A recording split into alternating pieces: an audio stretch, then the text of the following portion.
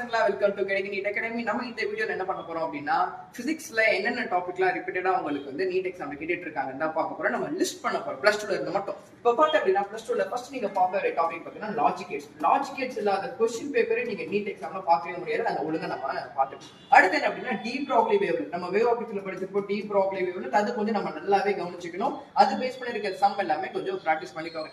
அடுத்து பாத்தீங்க அப்படின்னா நமக்கு இருக்கிறது YDSC Young's double slit experiment.